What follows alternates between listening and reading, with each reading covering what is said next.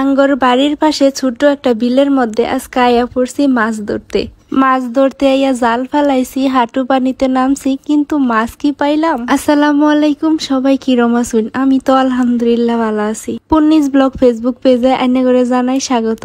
আমি মমি সিংহের মানুষ, তাই ভাবলাম আইনাগুলোর লগে একটু মমি সিংহের বাসায় কথা কই।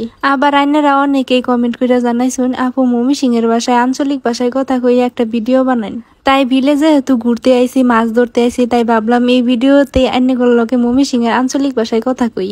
আসলে কি হয়েছে জানুন, মমি সিং তো আমার শ্বশুর বাড়ি আর টাঙ্গাইল জেলায় হইলো আমার বাবার বাড়ি, সব মিলাইয়া আওলা জলা কইরা হালাই আমার বাসারে। আমার কথার মধ্যে এইরকম পেঁচ লাগিয়া আছে যে আমি কোন ভাষায় কথা কমু এইটাই বুঝি না। আচ্ছা থাইক গিয়া, শুদ্ধ ভাষায় কই আর আঞ্চলিক ভাষায় কই, মনের ভাব প্রকাশ করবার পাইলেই হইল।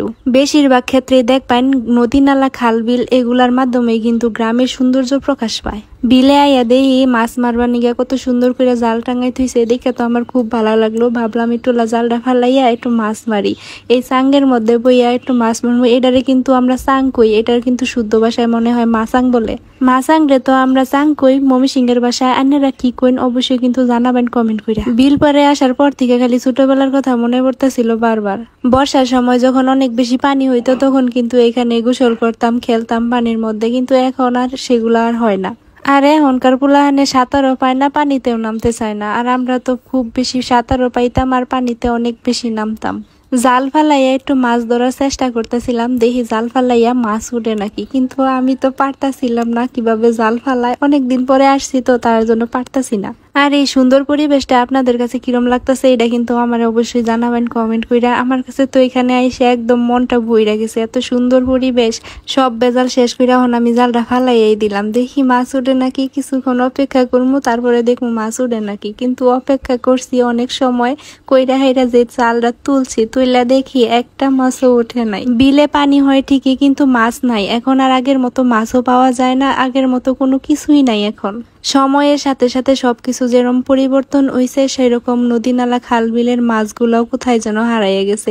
একটা মাছও উঠে নাই। ভাবছিলাম আপনার ঘরে কিছু মাছ দেখামু তুললা, কিন্তু মাছ যে না এটা তো আমি আর জানি না। মাছ যখন পাইলামই না তো একটু ঘুরাঘুরি করি মাছ মারা বাদ দিয়া। বিলের পানির মধ্যে একটু নামছিলাম, কি গরম পানিগুলা, অনেক রোদুর ছিল, তার জন্য এরকম গরম হয়েছিল। এই ছোট্ট খালটা আমি একটা স্পেশাল ব্রিজ দেখা রইলাম, দেখুন ব্রিজটা কিন্তু অনেক সুন্দর। এই পাশেও জাল পাতুনের লিগে সুন্দর একটা চাং বানাই রাখছে। সব মিলাই কিন্তু এই বিলের পরিবেশটা অনেক সুন্দর লাগছে। ওর কাছে কিরম লাগছে জানাবেন কিন্তু কমেন্ট কইরা। গ্রাম দেখতে যেরকম সুন্দর, এরকম গ্রামের মানুষগুলাও কিন্তু দেখতে সুন্দর, আর মন মানসিকতাও কিন্তু অনেক সুন্দর। তো এখানে কাছার পার হইয়া আমি সুন্দর একটা পুকুর পাড়ে আসছি। এই পুকুর পাড়েও কিন্তু এর আগে আইনাগর একটা ভিডিও দিছিলাম, ওই ভিডিওটা আমার ফরিতে গেছিন, ভাইরাল হইছিন। আমাদের এলাকা হলো পাহাড়ি এলাকা, উঁচু উঁচু পাহাড় নাই ঠিক আছে, কিন্তু মাটিগুলা অনেক বেশি লাল হেলেগা পাহাড়িরা দেশ কয়। আমার শ্বশুর বাড়ির এলাকার মতো এত বেশি পুকুর নাই, খুব অল্প অল্প পুকুর, দুই একটা পুকুর পাবেন হাতে গোনা। সুন্দর একান পুষ্কুনি দেখাইলাম, সুন্দর একান বিল দেখাইলাম। তো সব মিলে এনাগোর কাছে যদি ভালো লাগে তাহলে বেশি বেশি করে আমার ভিডিওটা শেয়ার করবেন আর কমেন্ট করবেন। সবাই ভালো থাকবেন, টাটা।